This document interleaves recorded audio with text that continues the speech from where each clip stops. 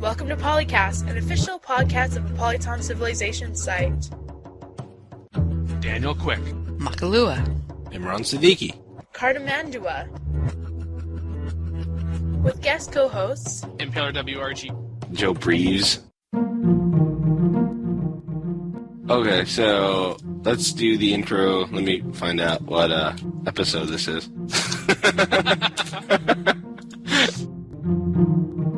Welcome to the 52nd edition of PolyCast, an official podcast of Apolyton Civilization Site. My name is Imran Siddiqui. I am joined by such miscreants as Daniel Quick. Hello, all. Cartimandua. Hey! Makahlua. Very caffeinated now. Joe Reeves. Yes, that is me. Who is that? Joe Breeves on the forum. Reeves. It was during the recording of the Yak Civilization Revolution and that he actually wanted to guest on this show. Yeah, and Imran said he couldn't be more clueless than Imran is. So, yeah. How's that working out so far? You're doing good. And by Ken Impaler, as most of you know from the ModCast. You forgot my tag at the end, WRG. Fail, epically. I've been bested. It's not hard to do. Aww. Yes, this is episode 52, otherwise known as 51 episodes too many. Wait, which one? Oh, aside from the 50th. All right, never mind. Now I got it. I was just thinking already about episode title. I remember you, Joe, described PolyCast with a particular phrase. 2 words. Do you remember what that was? I can't remember 2 words from yesterday, so no. Inane chatter? Oh, yeah. Or delicious banter. No, you referred to PolyCast as Condensed Insanity. Yeah, that was it. It's only condensed after Dan edits it. I think that's part of it. Now that colonization is finished, you guys all know I'm a temporary at Firaxis, and my temporary status is coming to an end now. Firaxis is not going to be retaining me. Aww. Aww. That's the surprise? Oh. You see, what I did for colonization would normally require someone with a degree in computer programming. Because of my experience with modding and all the help I'd done with the beta for BTS, they really went kind of out of the normal scope of what people would be qualified for that and brought me in for this. But I'm not really qualified for their future projects, which are awesome. But I'm going to be looking in the Baltimore area for something else and maybe someday come back to Firaxis, who knows? People have done that before. Ed Piper himself was with Firaxis, left, came back. So we'll see what happens. Well, the Baltimore area is a really good place to be if you want to be game design. Yeah, I'll be going back to school hopefully in the spring here as well. Finish up my degree and then make myself much more employable. What are you going back for? Oh, computer programming. I've already got like about half of one Oh, okay. already up my sleeve. So just get the rest of that finished. Computers. Who needs those? Just your average gaming god, Sid Meier did an interview with Escapist magazine. You know, he talks about, for example, I think originality is what's really going to differentiate a new designer from all other things out there. And also says we ended up trying 3 ideas for every one that we ended up creating a product for. Talks about the balance between remakes and original titles. But as Mark M. said over on CFC, that the most entertaining quote came from this. Quote, the whole reason we played computer games was to get away from other people a few years ago. But to see that arise has added another dimension to gaming. It's not just for antisocial people anymore, unquote. Anymore, huh? I feel like I just got burned. All these social people, they're invading my game. Making them go away.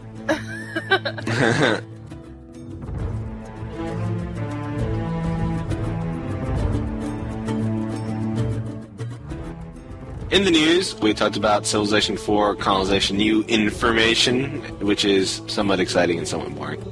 And then we also talked about Electronic Arts drops the 2K takeover bid and is going to try a new approach at being evil. And finally, we spoke about MicroProse reincarnating, but as a much, much more lame version of their prior selves. We don't editorialize on this show. No. Not at all. No. Of course not. In the Senate, we talked about a new user's question about the Fat Cross, the infamous warrior rush, which sometimes works and sometimes doesn't, whether founding a city on a resource is a good idea or a bad idea. Honestly, I'm still in shock that Mackie read for Senate and not Forum Talk. In Forum Talk, more grade person buildings or even abilities, improved capabilities for buildings. Civilization 4 colonization, are you going to jump right in or are you going to study it? Jump. And producing nothing in game. Just like this PolyCast.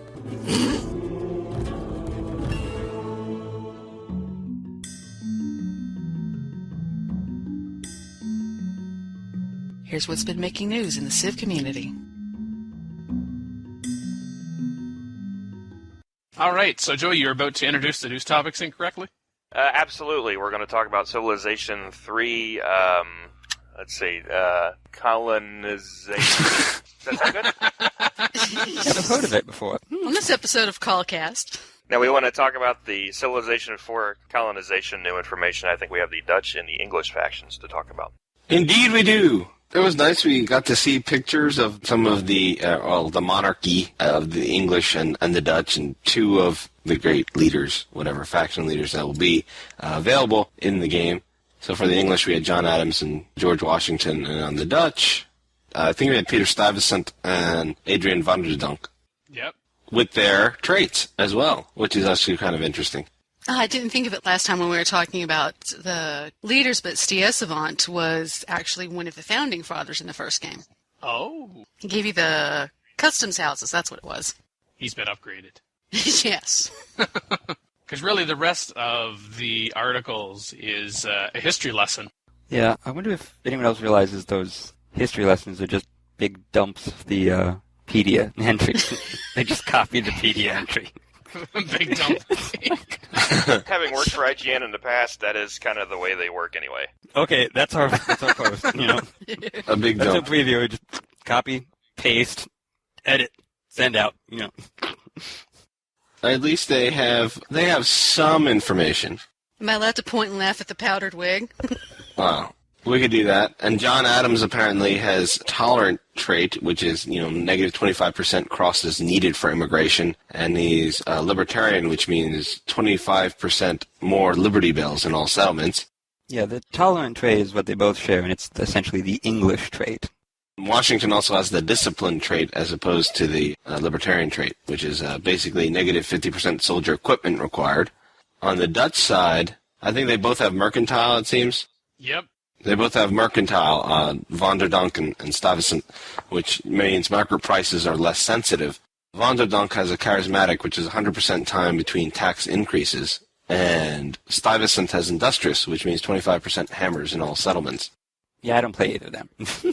You should play the Dutch. Yeah. Honestly, I think they were probably the most powerful in the original. Simply because you could just get more money and then buy more soldiers and then go, ha ha ha, I laugh at your expeditionary force. I find it kind of scary that you actually laugh at the computer during a game. Who doesn't? Yeah, take that computer. Oh, wait. I always talk to the computer. Especially if it's in the form of Montezuma or Isabella. Oh, you better believe it. Like, ha ha, I nuked your butt. Yeah. Dan, do you do this? He's much more polite about it. Pardon me. Nuked your little... No. It's more like, if you'll excuse me, I'll be kicking your ass. Oh. Ooh. Are Canadians allowed to say that word? I prefaced it with, if you'll excuse me, so it's okay then. I like the charismatic trait simply because it struck me as something that was not predictable. Got plus 25% for this, and minus 25% for that, and minus 50% for that, and it all not necessarily having to do with hammers or Liberty Bells or crosses, thinking about resources or equivalents as you would see in Civ 4. Plus 100% time between tax increases. I thought that was just kind of neat in that respect. Yeah, the thing that's kind of weird about it, though, is that in the game as you're playing it, you never really get any point where it's like, ooh, I got the thing. It's like, it's completely invisible to you. It's like, that felt like it was longer, maybe, if I aggregated across the whole game, but it's still kind of semi-random, and it's I can still get that thing, get the tax increase, bam, bam. And it's like, oh, I just have to remember in my mind that was about twice as long as it takes on average. You know what I mean? It's like kind of nebulous. So if you're into instant gratification, you don't want to be playing as this leader. Yeah. You don't get the instant gratification of like, ooh, my guys are twice as strong or something, you know. But more of the slow and steady wins the race kind of attitude can go a long way, though. Yeah, it can. And there's also the issue that sometimes tax increases are good for you because you get all those founding father effects that are keyed off of how high your taxes are. So he's not good at utilizing those guys. Everything's got a drawback.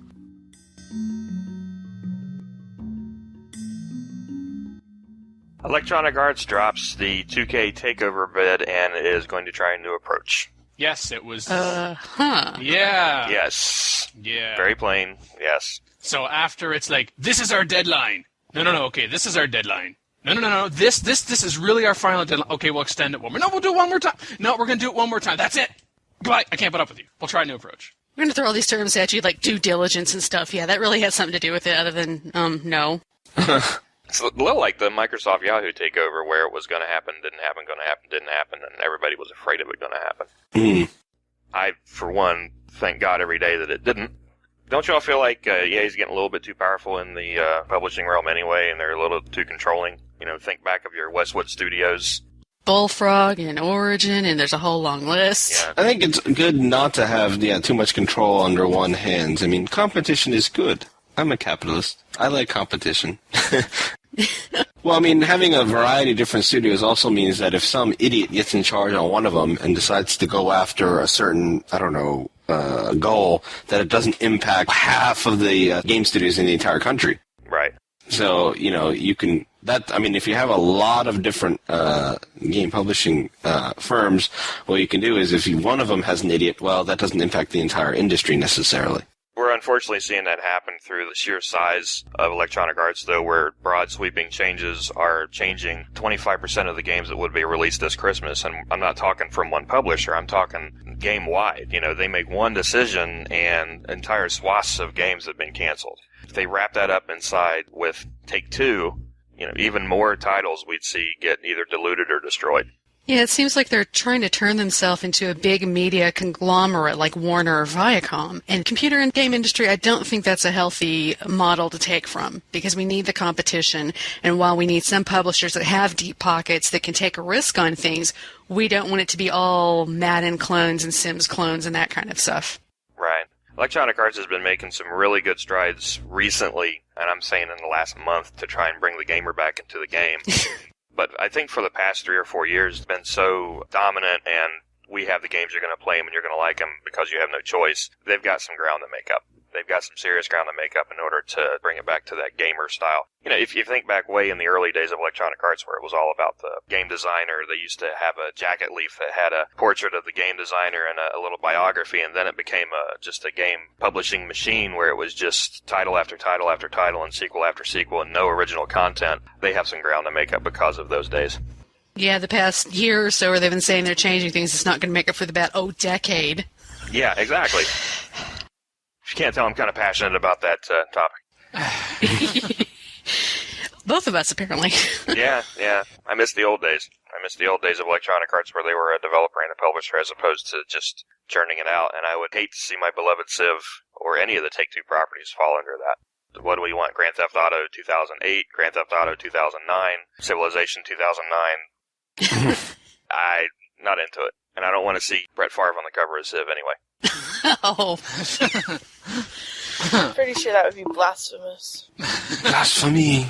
There was a story in March of this year that was published on 1UP by a freelance video game writer, Julian Murdoch. He talked to Soren Johnson, of course the lead designer in Civilization 3 and 4, about his move from Take-Two's Firaxis to EA's Sport Team last year. I love the little graphic at the top where it's like the EA Pac-Man trying to eat the little Take-Two ghost. Uh-huh. Soren was saying that I knew coming in that EA was thinking hard about how to generate new IP and new ideas. It's kind of ironic because they came to EA, but I think having a spirit of independence is definitely important. But he also commented on the buyout of his former studio Firaxis by Take-Two in late 2005. Quote, Take-Two saw us as the Civilization studio as opposed to a studio that just had a high level of expertise and strategy. And also, unquote, and also says, quote, "You're never quite the same when you get taken over," unquote. So it sounds like Sorn was not happy with Take-Two taking over Firaxis. And the reason I brought that up is just because of the discussions about EA and buying developers. Interesting contrast there. Yeah, if he wasn't happy with Take-Two, he would have been even less happy if EA had come in. Well, old EA, not new and reformed EA. Hopefully. Yeah, hopefully reformed. We can keep our fingers crossed. And didn't Take-Two really end up doing the same thing that we all assume EA is going to do, where they started creating those Splinter games off of Civilization, plastering the Civ name on games and trying to sell it under its umbrella? Civ City, Rome, and stuff. So he's kind of damned if you do, damned if you don't. At least he got to move on to a project that could be somewhat innovative instead of having to churn out sequel games. There's a presentation that Take-Two is looking to give to EA to help them better understand the value of their company. But no specific timeline as to when this presentation is going to be given is suggested in either the letter from EA Chief Executive Officer John Riccatello or the Executive Chairman of TTI's Board of Directors, Strauss Zelnick. But Zelnick does suggest that they will, quote, "act quickly to assist you in moving through our process," unquote, given that months have passed since EA first expressed an interest in acquiring Take-Two. Of course, this whole thing about extending the deadline and then it's over, but it's not really, this is a bit of a soap opera. As the negotiations turn. As a negotiation. Zelnick's just saying everybody has a price, I think. Yeah, don't be surprised if this drags out for years. What, the podcast? Oh, snap. Nice. I did go there.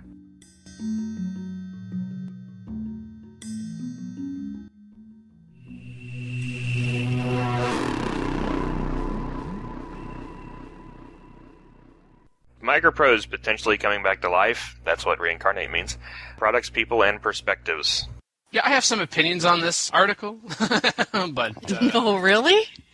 That's a funny one. This started off as a news item 3 weeks ago, and as I started getting into some research on it, I was, this is interesting, and then that led to another thing, and then it was getting to be far too long a news item, and it had been some time since I had done any kind of online extensive research, particularly for the site.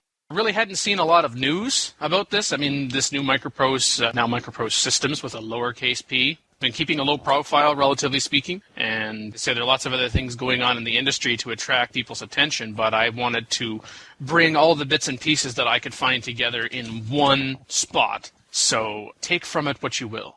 Can I say something here, Daniel? Yes. That was a great article. Why, thank you. Yeah, really informative. Scarily informative and sad at the same time. Yeah, it really was. Knowing what we know about the original company and what they're doing now, do you really have any belief at all Yeah. that they're going to try and develop games again? Yeah, this is just zombie naming. You know, they Yeah. take some name and just... It's like when they resurrected the Atari name. That's it. It's like, oh, yeah, right. That's it. Yeah, it's exactly the Atari thing all over again. I mean, and honestly, the people who are going to buy this equipment, are they people who would remember the name in the first place? No. It just feels like shell company or buying a name or just importing goods and selling them under a name, and I'll leave it at that. Yeah, I mean, MicroProse was a software company. These guys are going to make hardware. That's so completely different. Yeah. They might as well be making soap. MicroProse soap. MicroProse returns to show Commodore how to really tarnish a brand. That's beautiful. Oh. Look at those awesome MicroProse devices. What was that? The joystick straight out of 1985? Kinda. It's just a converter box that doesn't do any conversion. 1985 there was Springsteen, Madonna. Oh, Okay. remember that singing rule? It hasn't expired yet, you know. Heraclitus, who's guested on PolyCast. Well, he has two posts on there, which is kind of a split feeling that some people are no doubt have. He's like, faint, and then woohoo, and then expands on it saying, mind, they will tarnish the name, I am sure of this, and then heart. MicroProse is back. Yeah, I think it's easy to let our emotions be like, MicroProse is back, but then it's... Oh. You go, Wait a minute. Yeah. Grandpa's back and he's crazy.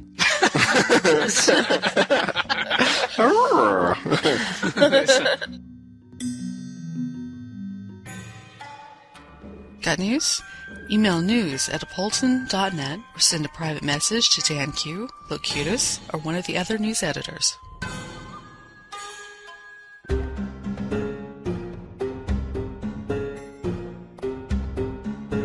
Welcome to the Senate, where we discuss game strategy. Saw in our Civ 4 general forums wants to see if he understands this right. He's saying it is pointless to build cottages, farms, mines, etc. anywhere past the 21 square cross. Basically, past the fat cross. Well, do you mean like outside of the city radius? Yeah. Yes. And no other city is covering that tile? Well, of course it's useless. Well, not necessarily, because you could get resources beyond the city radius that are still on your border. Yeah, okay, but other than that. So the cottage parts are definitely useless, because those don't hook up a resource. Well, that's true. But JB came up with a good idea, which is that may delay invaders if they decide to stop and pillage it. Yeah, that's an AI issue more than anything, though, isn't it? Yeah. I mean, I don't think a human player is going to pillage unless they just need 3 gold pieces. You never know. Whereas the AI goes, ooh, shiny. I'm just 3 gold pieces short of my limit. I'll be leaving now. I got my money, thanks. I got the village. Yeah, I can now build that spaceship to Alphas Enjoy.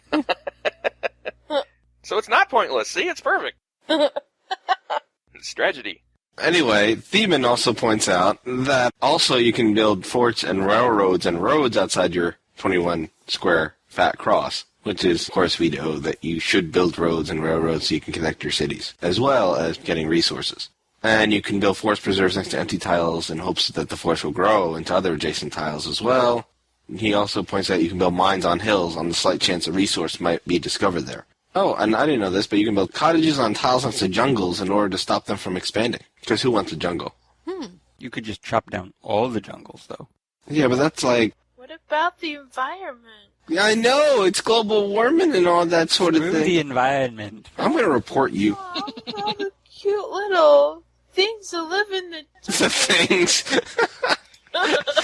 Things. Cute little things. How about all those plants that are going to be the medicine I need next week?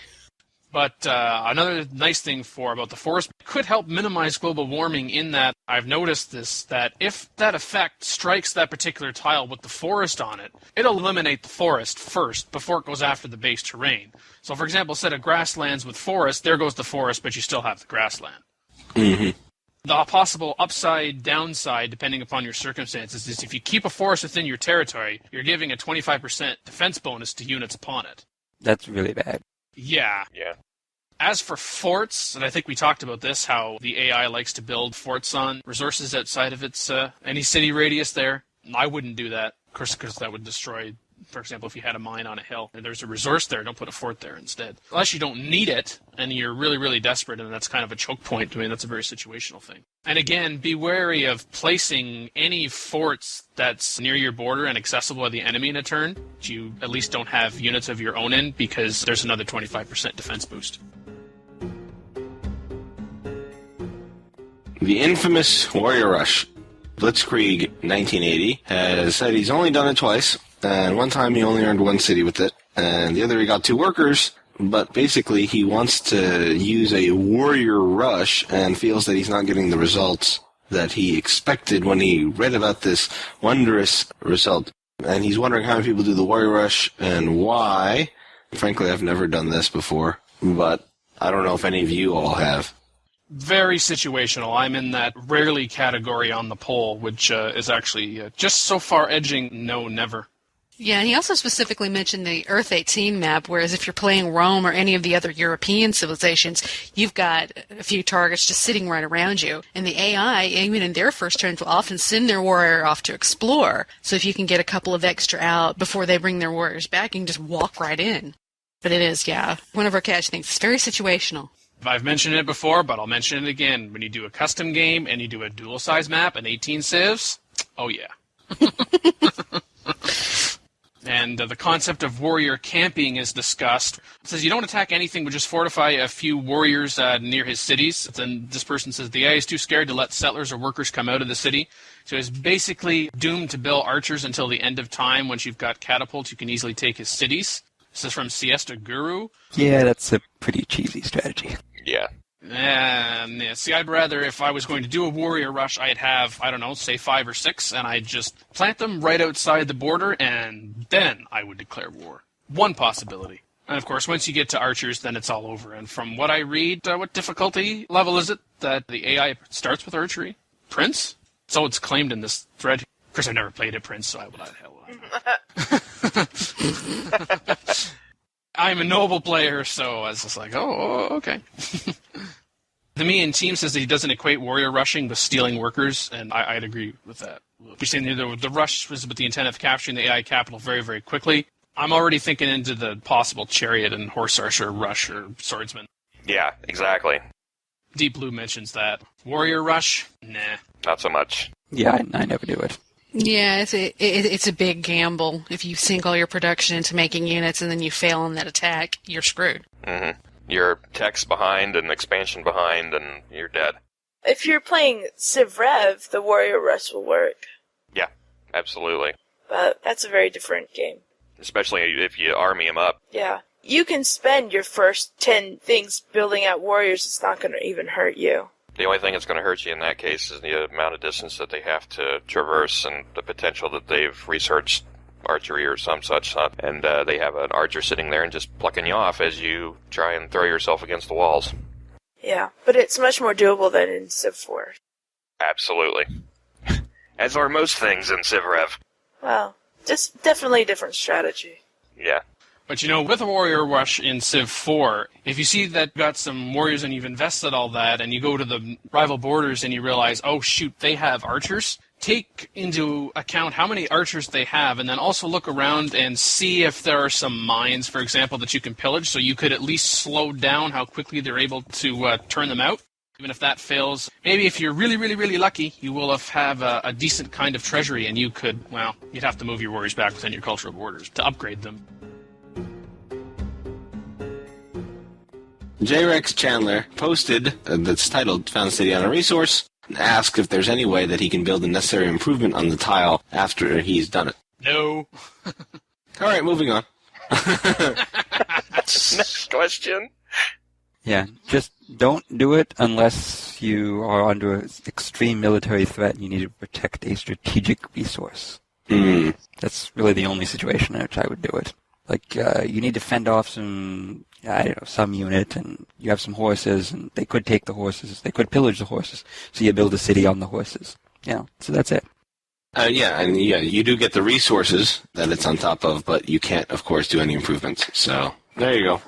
Yeah, just make sure if you're settling the city on top of a resource and it's not connected by a road or river, that you get on top of that so the other cities in your empire are able to make use of that, because they will probably be more useful anyway. Your other cities, presumably anyway, are a little farther along in their development, and they'll actually be able to make use of that resource in terms of actual units a little more quickly. Actually, if you're at the point where you have to provide military protection for the resource by putting the city on top of the resource, it's unlikely you're going to be able to maintain road connections, because those can just be pillaged by the forces that were threatening you in the first place. Good point. So you may actually end up being in the situation where that one city is the only thing that can produce the critical unit. It's that desperate of a move. Hopefully you're also able to build some sort of redundancy into the road system. And what I mean by that is you just don't have one long string of road. But of course it also depends on how large your empire is, how far you are on in the game, how things are going. Yeah, it seems like that would be an early game tactic anyway. Yep, early game when you're under a very intense threat from a hostile neighbor. Mm-hmm. I don't think I'd found my city on uranium anyway. Not intentionally. That often happens because you've founded so many cities by then. It happens to be popping up under your city, Yeah, that's true. You're like, oh, that's why that city's so shiny and glowy.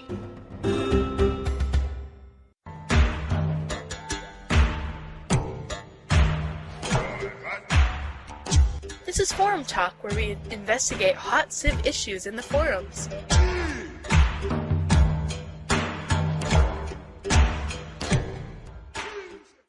The more great people buildings? Yeah, this post by John MCD says that I love the great people buildings, and there should be more. Some GPs don't even get buildings, which is pretty woeful. And then later on in the post says, I don't see why successive great people shouldn't act to promote the existing buildings and give it new or improved capabilities, unquote. I particularly like the last concept, so long as it doesn't become too overpowering. Yeah, there's some GPs that don't get buildings. Yeah, okay. Like being able to promote or build on, it's like, okay, as someone suggested in the turn with regards to a great artist, that, oh, you've got a museum to start with, and then later on you get another great artist, and hey, you could upgrade that to whatever it was. As long as it stayed within great artist, great merchant, as long as it stayed within the genre of the type of great person, I think that's a great idea. Yeah, if it was applied across the board, he thinks they should all have them, so it's kind of one of these things where it's like, if you're going to have everything make a building, then like great engineers already give you wonders, so they would give you like a regular building, but who gets to build that rather than the wonder? Exact. Don't give the GPs that don't have buildings now. It's just those that do, look at giving them a second or a third tier one after that. Just as another option, whether people actually take it. Well, if it's an upgrade to the first building that like doubles its effect, to say the first level is 50%, the next level is 100%, the next level is 150%, then you're always going to cram them all into the one biggest city you've got.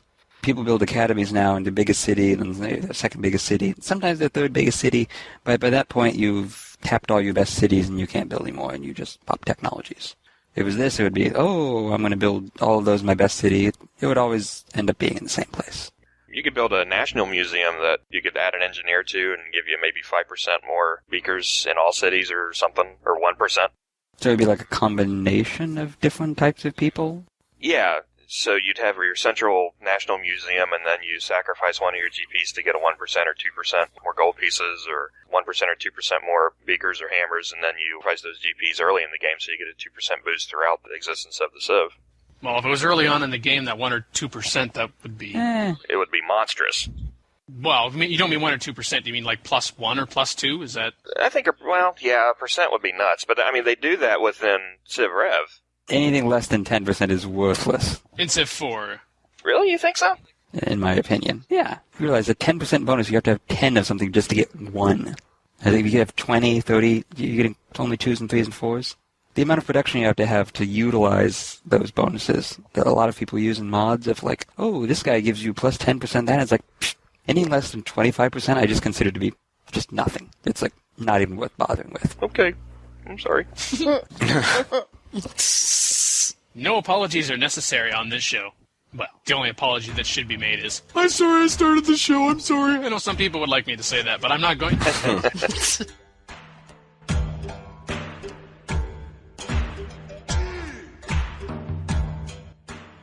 For colonization, jump right in or study it.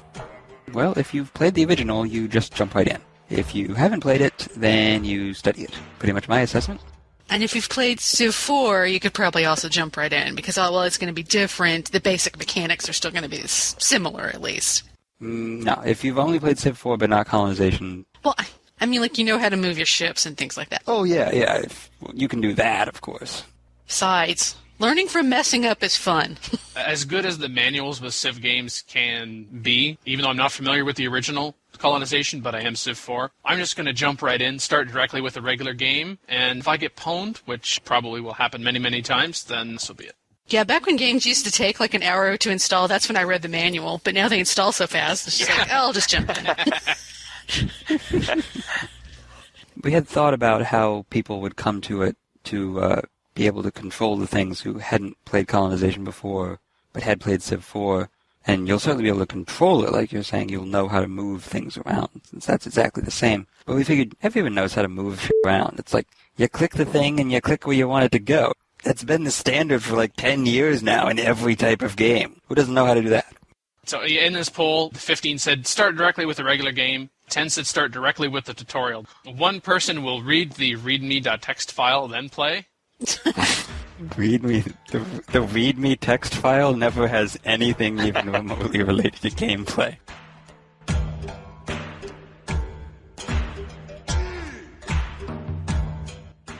Producing nothing! Just like my brain right now. Wilhelm 13 asks if your city can just produce nothing at all. And in original Colonization you could do that. Yeah, I always have that goal when I play. Yeah. Wait a minute, what? How is that a goal? It's not hard to do. You just set all the cities to nothing. But in Civ 4, that's just what he's referring to. You can't produce nothing. And he wants to even have everything produce nothing, not even any science. Yeah, and he's talking about when he's economy tanking. Well, why don't you want to produce trade good thing? It's not trade goods. I'm thinking of colonization. You know, where you said it to produce money. Well, wealth. Yes. Yes, thank you. What was the word?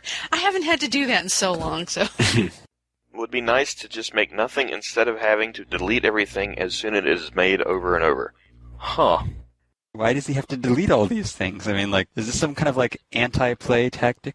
Yeah. Or maybe he's trying to build a city up for a sacrifice offering to another civ to say, here, have this city, stop attacking me. I have no idea. Yeah, but our second poster in the thread, Wolfshands, is like, why don't you produce commerce? If your economy's tanking, hello. Okay, you can upgrade from pre-settler now. Yeah. Well, Amazon Queen saying that he might not have currency yet. And I was like, whoa, if your economy's tanking and you don't even have currency, we've got an issue that goes way beyond, you know? Yeah. Post 10, somebody offers him up a mod and he gets excited about it, that there's a mod that allows him to produce nothing. You gotta have goals, I guess. Okay, but seriously, if he set himself to produce gold in his cities, or he just had all of them producing 0 hammers, and then all of his maintenance was exactly balanced with his gold income, I guess you'd just sit there every turn doing nothing, and your empire would Crumble. not change, not accumulate, and not make anything. But why would you want that? You're just going to be steamrolled. Wouldn't you just quit the game and start over if it got that bad? That's a good idea. Yeah. Load a quick save, maybe? Oh, yeah. Yeah. Yeah, at that point you should probably whip some populations, and population would lower your city's maintenance, and you could actually make something again, and build a courthouse, and start to get yourself going again. Somebody created a mod that adds an idle city building assignment. If it gave me some benefit, like, oh, the city got happier, or made more of something, or... Yeah. I don't know. It's like everything you want, though, is a quantity, though, that's in the game. It's like, I want to make more culture, commerce, money, gold, hammers, whatever. You know, if the city's producing nothing, I know what they're making more of. Oh, yeah. Bappies. That would be funny. Turn your city produce nothing and your growth spikes. Population goes up every turn. The boredom benefit. The boredom bounce.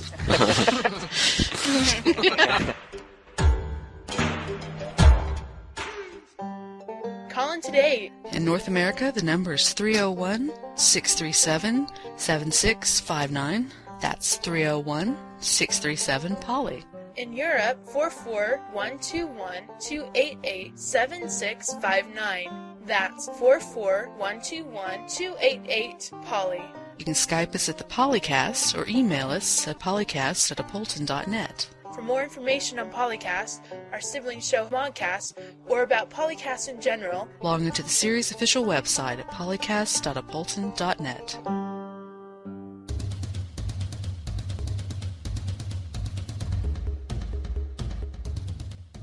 I like the whole soap idea. Yeah. You know, you can make a Sid Meier smell, and I don't want to rub Sid on me. I don't know. Have you tried it? Can anybody tell me what he smells like? I am way, way too young for this show.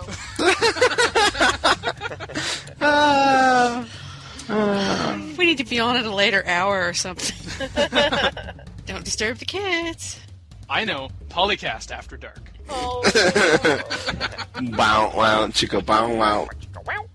Me and Isabella were, you know, chilling, Oh, God. and then Catherine showed up, and Catherine, thank you. She seems like she'd start the whole thing.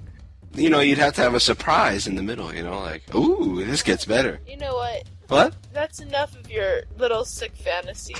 'Cause They're not little, damn it.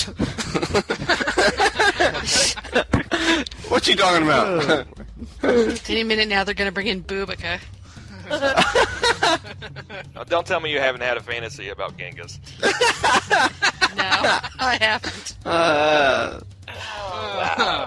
You can go conquer someone else. And the show is hitting new all-time low. Thank you. I'm glad I could bring it there. Oh, please. We've been lower than this. Yeah, we had off-topic cast. Civ Rev is in the top 10. on the NPD. Y'all know that? Oh, for sales. Yeah, sales. For the 360, they made about, I think, 156,000 for July. So somebody wanted it. A lot of people did. Yeah, a lot of people buying it. The hard part was my local store only got one copy of the DS version in. I was really disappointed in that. I wanted to see more copies out there to be purchasable, but what do you do?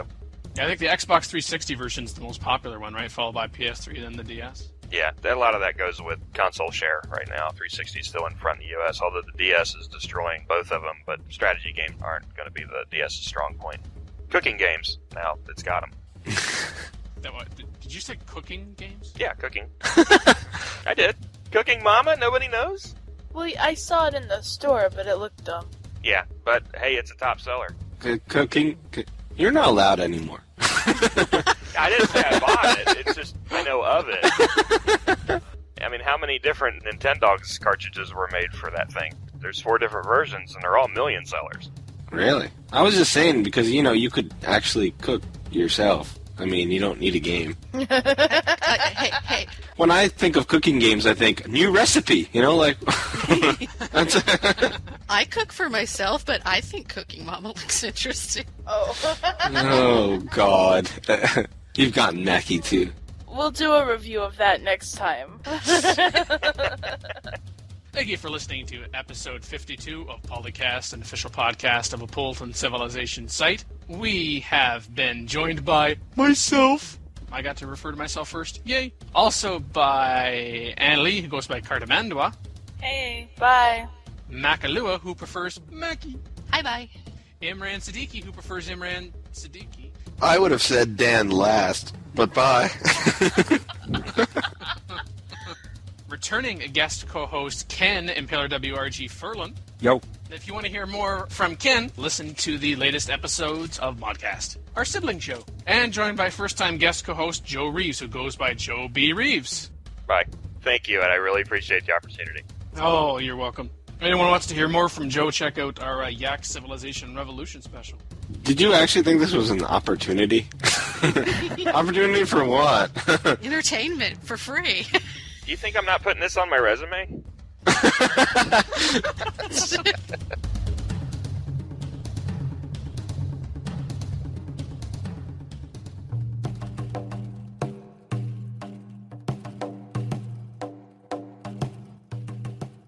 I mean, come on, Dan. Who really says do we go on 3? Well, I don't know. He's in IT, so...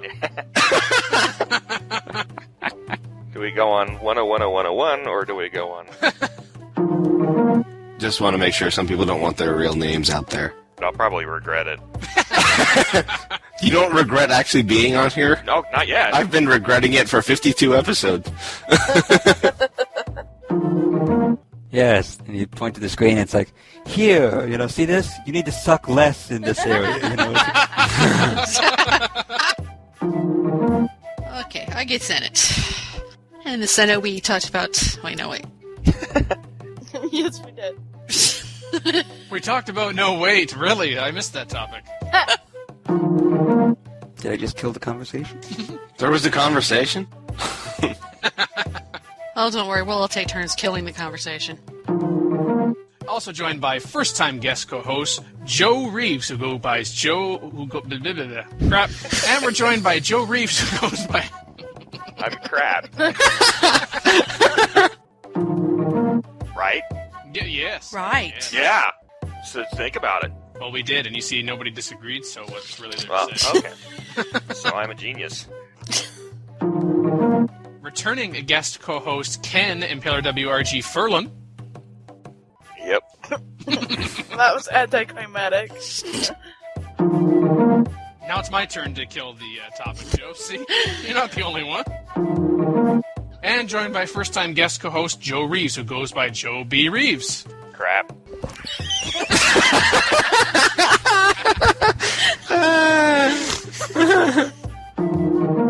This is from Firaxis Games. How are we doing today? Oh, hi. Hey! Hi! I don't really know what podcast this is. Can somebody fill me in? I don't know. Wait a minute. You work for Firaxis and you don't know what this podcast is? Fail! Fail.